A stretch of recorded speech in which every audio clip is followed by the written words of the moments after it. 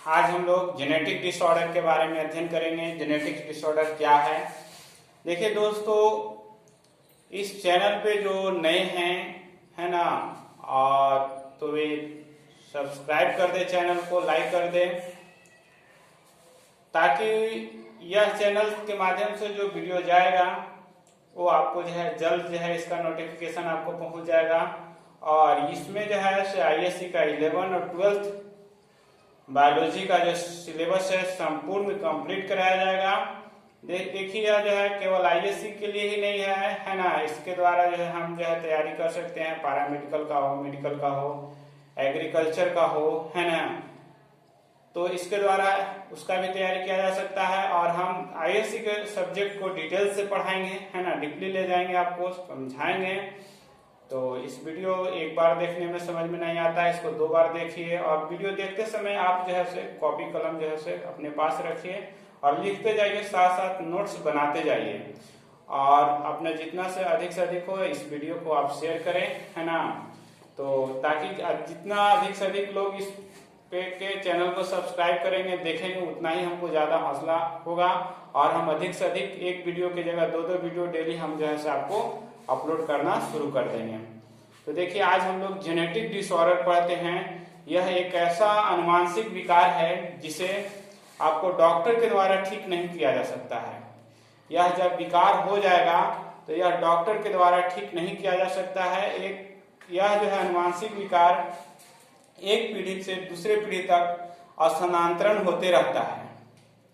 तो देखिए जो अनुवांशिक विकार है और एक पीढ़ी से दूसरे पीढ़ी तक स्थानांतरण होते रहता है, इन सभी अनुवांशिक गुणों का जो हम अध्ययन करते हैं, है ना, जो पीढ़ी दर पीढ़ी जो है स्थानांतरित हुआ है ना, अनुवांशिक विकार, तो उसे हम अनुवांशिक, है ना, उसको हम क्या कहते हैं, वंशावली विश्लेषण कहेंगे, है ना, वंशावली विश्लेषण कहते हैं। जो एक पीढ़ी से दूसरे पीढ़ी तक स्थानांतरण होते रहता है और उनका जो हम अध्ययन करते हैं उसे वंशावली विश्लेषण कहा जाता है। समझिए ना। देखिए मान लिया जाए कि किसी, है ना, दादा का है हीमोफीलिया हुआ है, दादा का बेटा हुए, उनका बेटा हुए, उनका बेटा हुआ, F1 F2 F3 F4 सभी का जो है से आप एक, है ना, डेटा बना के आप उसका जो है आप एक वंशावली तैयार करते हैं, तो उसी को वंशावली विश्लेषण कहा जाता है। तो हम समझते हैं कि वंशावली विश्लेषण, है ना, आप खुद से कर ले सकते हैं।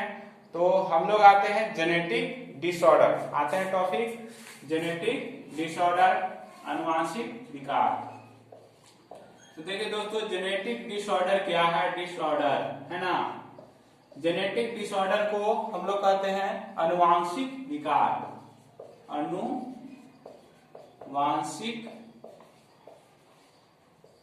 विकार।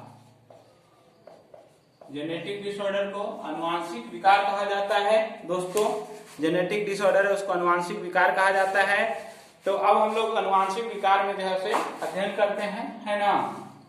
देखिए इसमें जो है अनुवांशिक विकार जो है जिस व्यक्ति में एक बार हो जाता है वह जनरेशन टू जनरेशन जो है स्थानांतरण होते रहता है।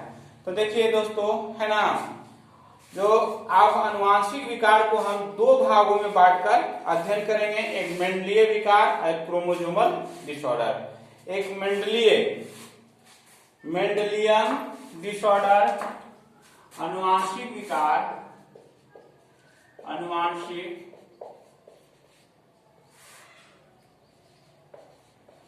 विकार एक पीढ़ी से दूसरे पीढ़ी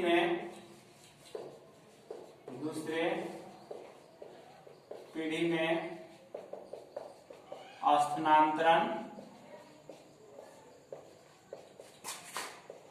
होता है।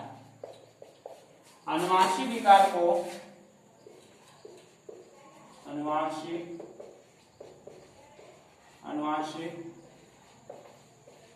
विकार को 2 भागों में बांटकर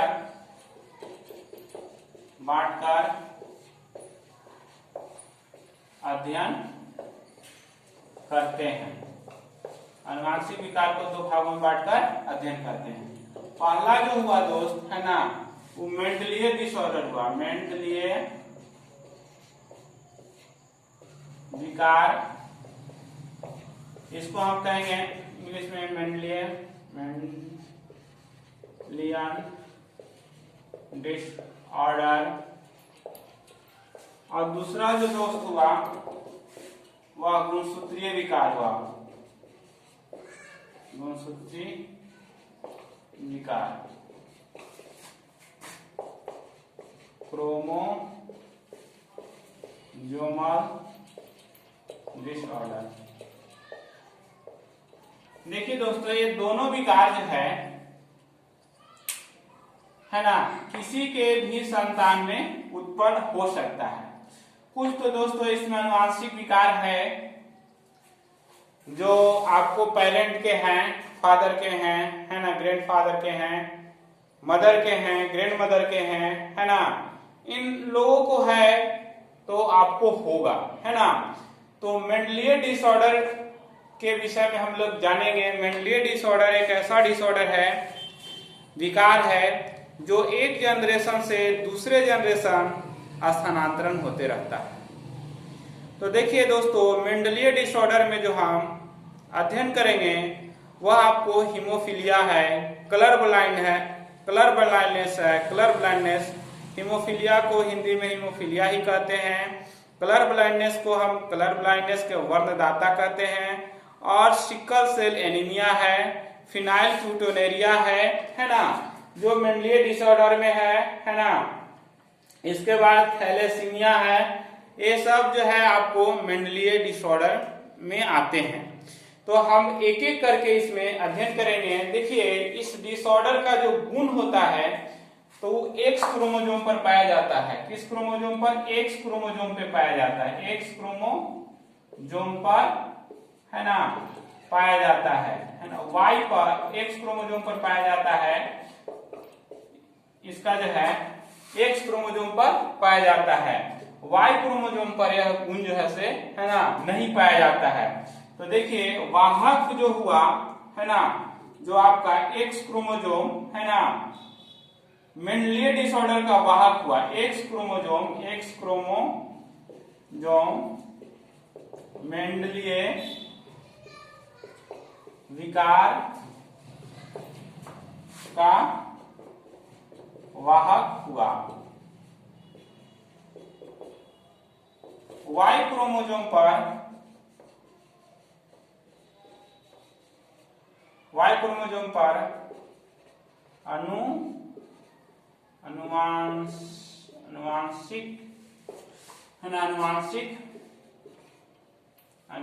विकार का जीन, अनुवांशिक विकार का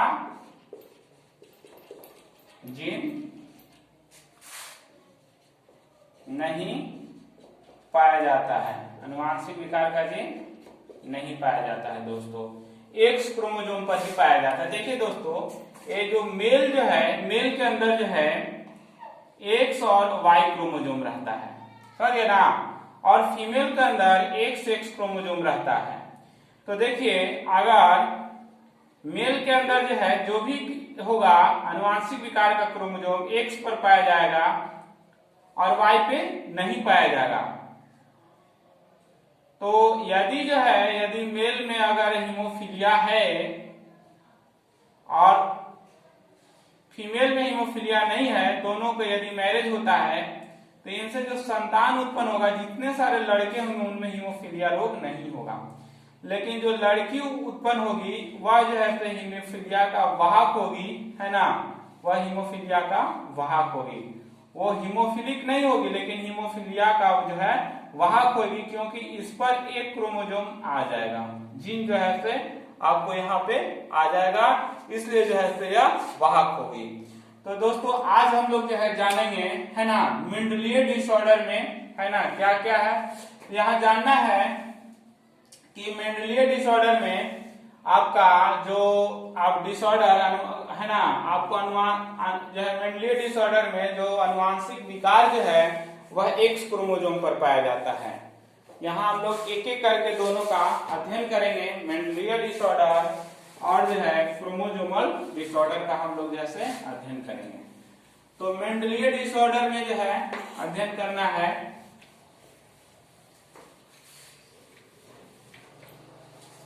देखिए यह मेंडलिय डिसऑर्डर है,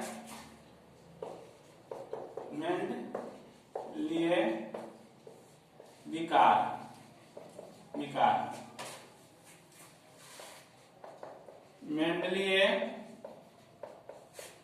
विकार, मेंडलिय विकार एक ऐसा विकार है जो एक पीढ़ी से दूसरे पीढ़ी में स्थानांतरण होता है। एक पीढ़ी से दूसरे पीढ़ी में स्थानांतरण होता है। मेंडलीय विकार एक ऐसा विकार है जो एक पीढ़ी से दूसरे पीढ़ी में स्थानांतरण होता है। मेंडलीय विकार का उदाहरण, मेंडलीय विकार का उदाहरण, देखिए मेंडलीय विकार का उदाहरण क्या है, हीमोफीलिया,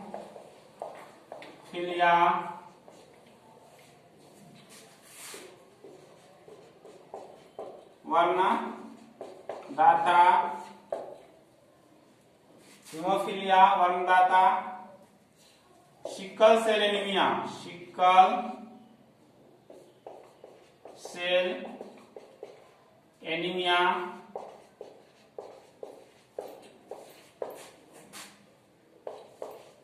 फिनाइल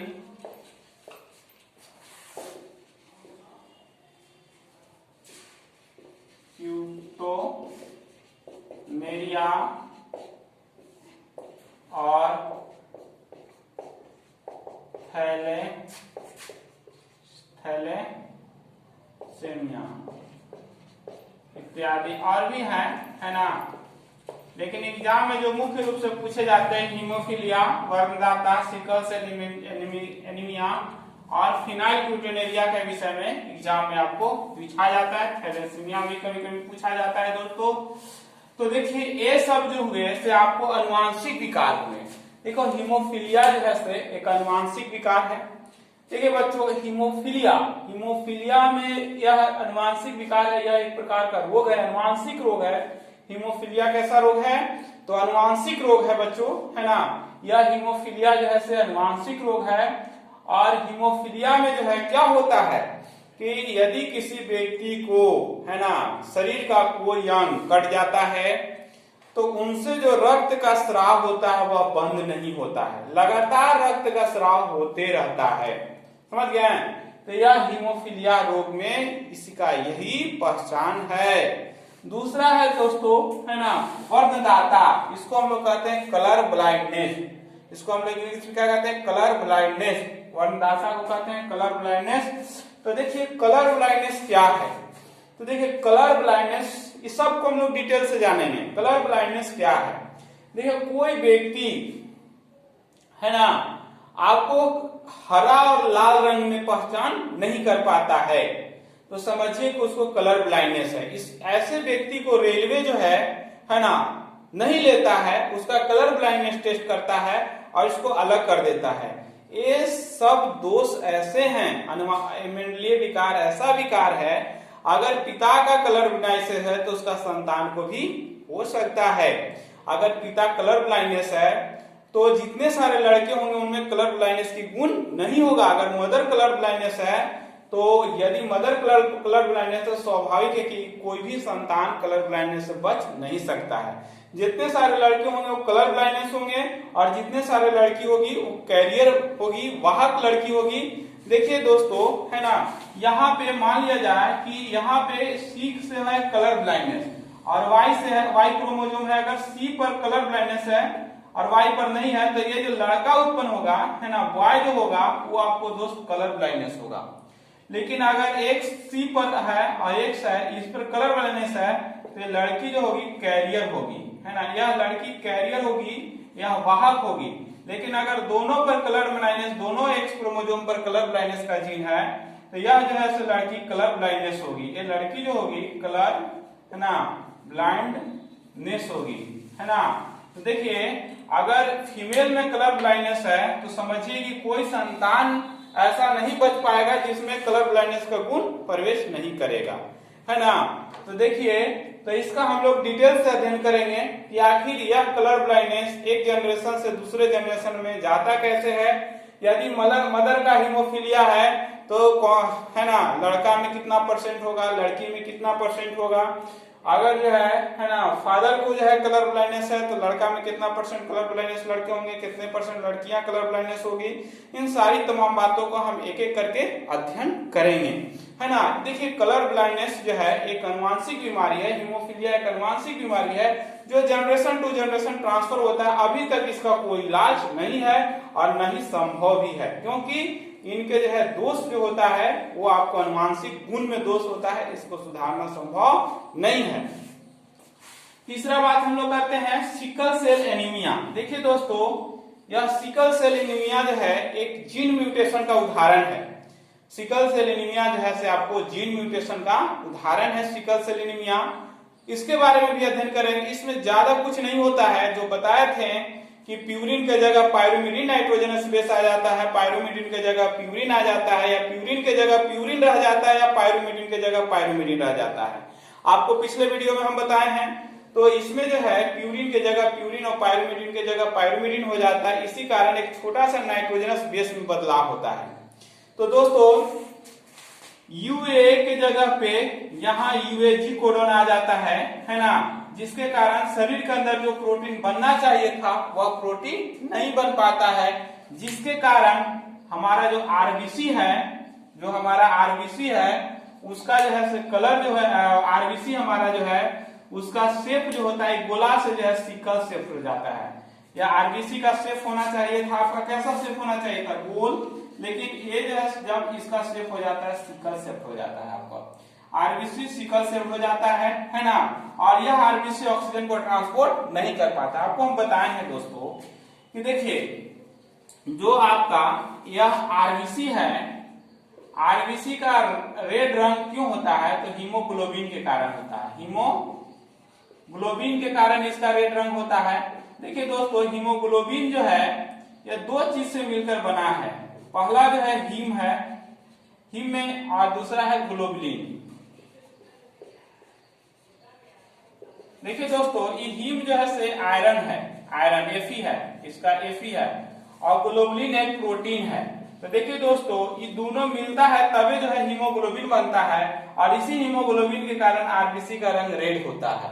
यही आयरन मोलिक्यूल्स ऑक्सीजन को ट्रांसपोर्ट करता है।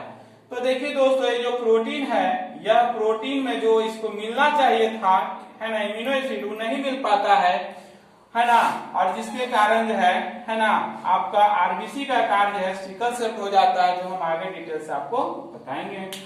तो दोस्तों यह जो हुआ आपको जो है से इसी तरह से आपको, है ना, फिनाइलब्यूटेरिया है ना, उसके विषय में, थैलेसेमिया के विषय में भी हम डिटेल से बताएंगे। तो हम अब जानते हैं, इसको कंप्लीट करते हैं। देखिए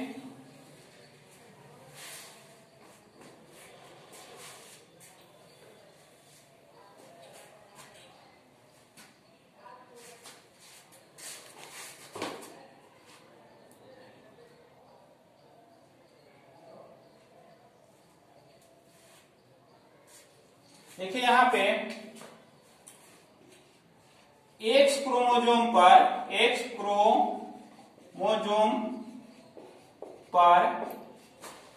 है ना, एक्स क्रोमोसोम पर ही अनुवांशिक विकार वाले जीन पाए जाते हैं। इसलिए एक्स क्रोमोसोम एक्स क्रोमोसोम आनुवांशिक गुण का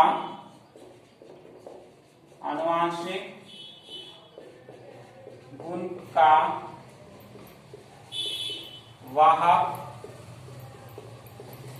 होता है, आनुवांशिक गुण का वाहक होता है।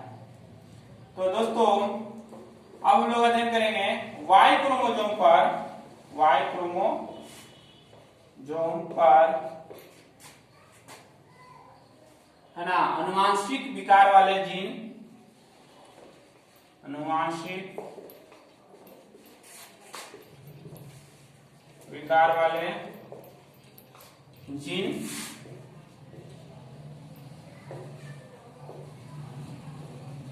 नहीं पाए जाते हैं, इसलिए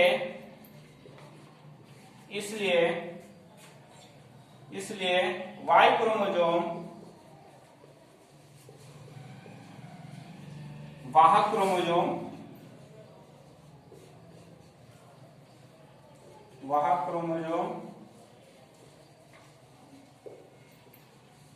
नहीं होता है।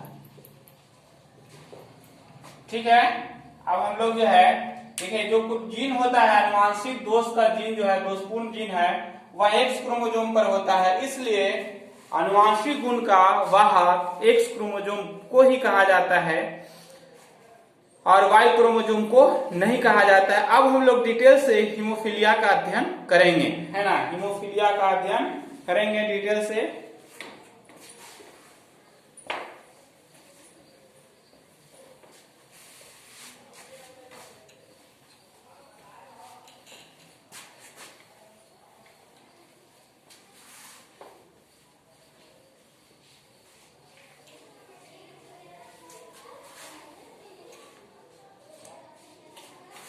देखिए एक अनुवांशिक रोग क्या है, हीमोफीलिया। हीमोफीलिया के विषय में कई बार एग्जामों में पूछा गया है, फिलिया है ना, हीमोफीलिया।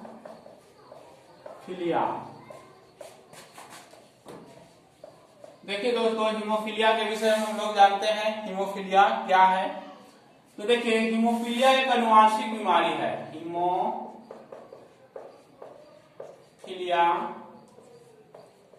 एक आनुवांशिक बीमारी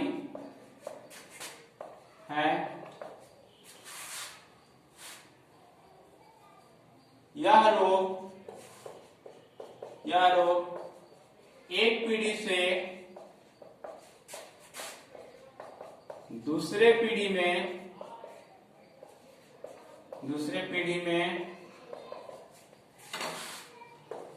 स्थानांतरण होता है। हीमोफीलिया रोगी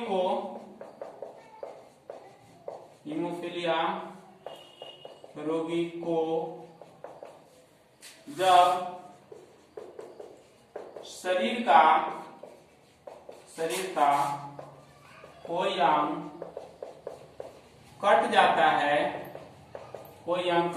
है तो जल्दी ब्लड कट जाता है तो ब्लड का स्राव होते रहता है, बंद नहीं होता है, जिससे व्यक्ति की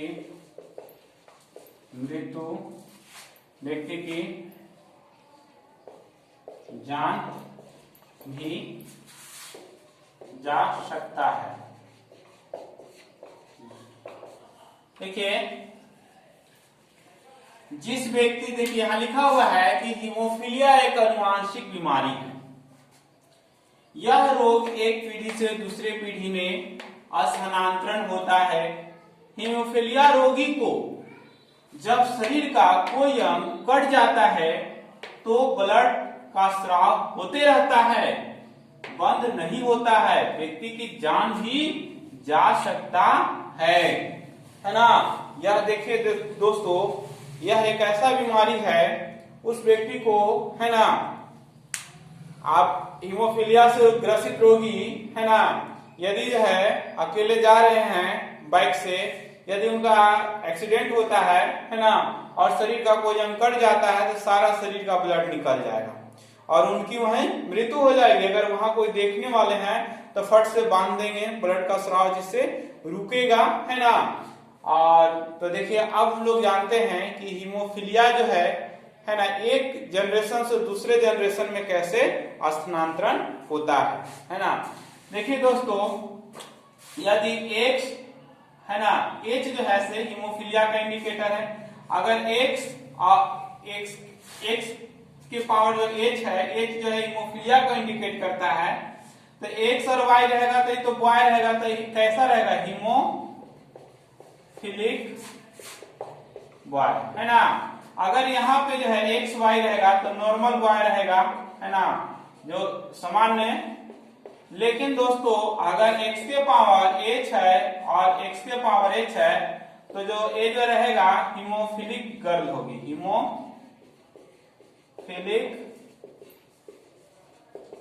गर्ल है ना। और जब जो है X के पावर है ना कोई नहीं है तो नॉर्मल गर्ल होगी, नॉर्मल गर्ल। तो हम लोग देखते हैं है ना, हीमोफिलिक और नॉर्मल है ना। तो देखिए अगर X के पावर H है, अगर जो है ना Y है, और यदि Y में जो है ना, आप बताए हैं पहले कि जो भी होता है जीन वो X क्रोमोसोम पर ही पाया जाता है, Y क्रोमोसोम पर जो है नहीं पाया जाता है। तो यहाँ पे जो है ना, हीमोफिलिक जो है से बॉय होगा, यह जो है से नॉर्मल बॉय होगा, हीमोफिलिक गर्ल होगा, और ये जो होगा नॉर्मल गर्ल होगा। तो इसको हम लोग अध्ययन कर लिए, तो अब इसको लिख लेना है ना, आपको काफी काम देगा। इस पर हम एक उदाहरण लेते हैं।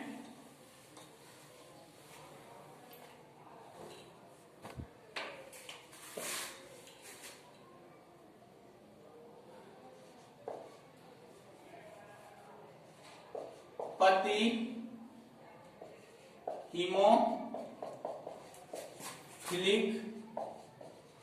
हीमोफिलिक है और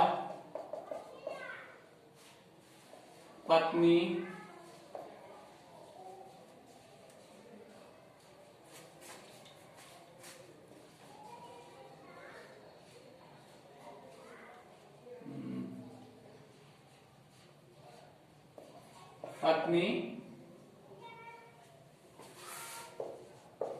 हीमोफिलिक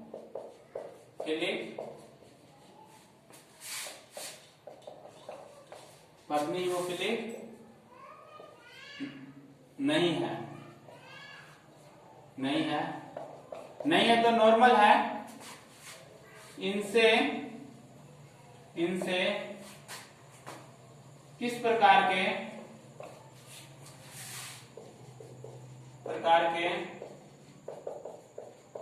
संतान उत्पन्न होंगे।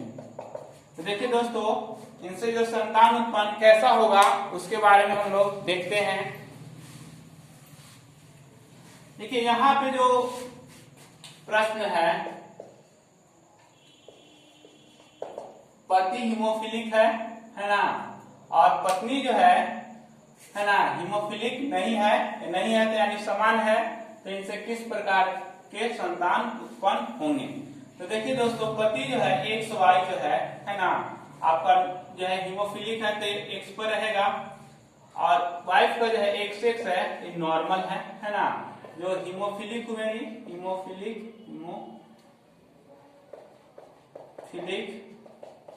हीमोफिलिक मेल है, और हीमोफिलिक नहीं नॉर्मल फीमेल है, नॉर्मल फीमेल। तो देखिए दोस्तों, इनसे जो संतान उत्पन्न होगा, तो देखिए ये जो हुए से आपको पेरेंट हुए, ये जो हुए से पेरेंट हुए। अब देखिए दोस्त, इनका गैमेट बनेगा, गैमेट बनते समय दोनों एक दूसरे से अलग होते हैं, साइड में हम गैमिट लिख देते हैं, है ना। और यहाँ भी जो है से आपको एक्स जो है से अलग, यहाँ पे भी एक्स अलग हो जाएगा। और देखिए दोस्तों इसका जो है से क्रॉसिंग इसके साथ होगा तो एक्स एक्स हो जाएगा। देखिए दोस्तों यहाँ एच है, यहाँ भी एच आपका होगा। अब देखिए इसका क्रॉसिंग इसके साथ होगा तो एक्स वाई होगा। और देखिए दोस्तों इसका क्रॉसिंग इसके साथ होगा तो एक्स एक्स होगा और इसका क्रॉसिंग एक्स वाई होगा। तो देखिए यह जो होगा आप बताए थे कि यह जो है y जो होगा कैसा y होगा भाई, गर्ल होगा कैसा होगा तो कैरियर, है ना, कैरियर गर्ल। और ये क्या होगा नॉर्मल बॉय, आई जो है से कैरियर गर्ल, वाहक लड़की होगी, आई नॉर्मल बॉय होगा। तो दोस्तों इस तरह से हुआ कि फादर को हीमोफिलिक रहने के कारण आपको जो लड़की जो हुई, आपका जितना लड़की जन्म ली 100% लड़की आपको कैरियर हुई और 100% बॉय जो हुआ से नॉर्मल हुआ, बॉय जो हुआ से 100% नॉर्मल हुआ।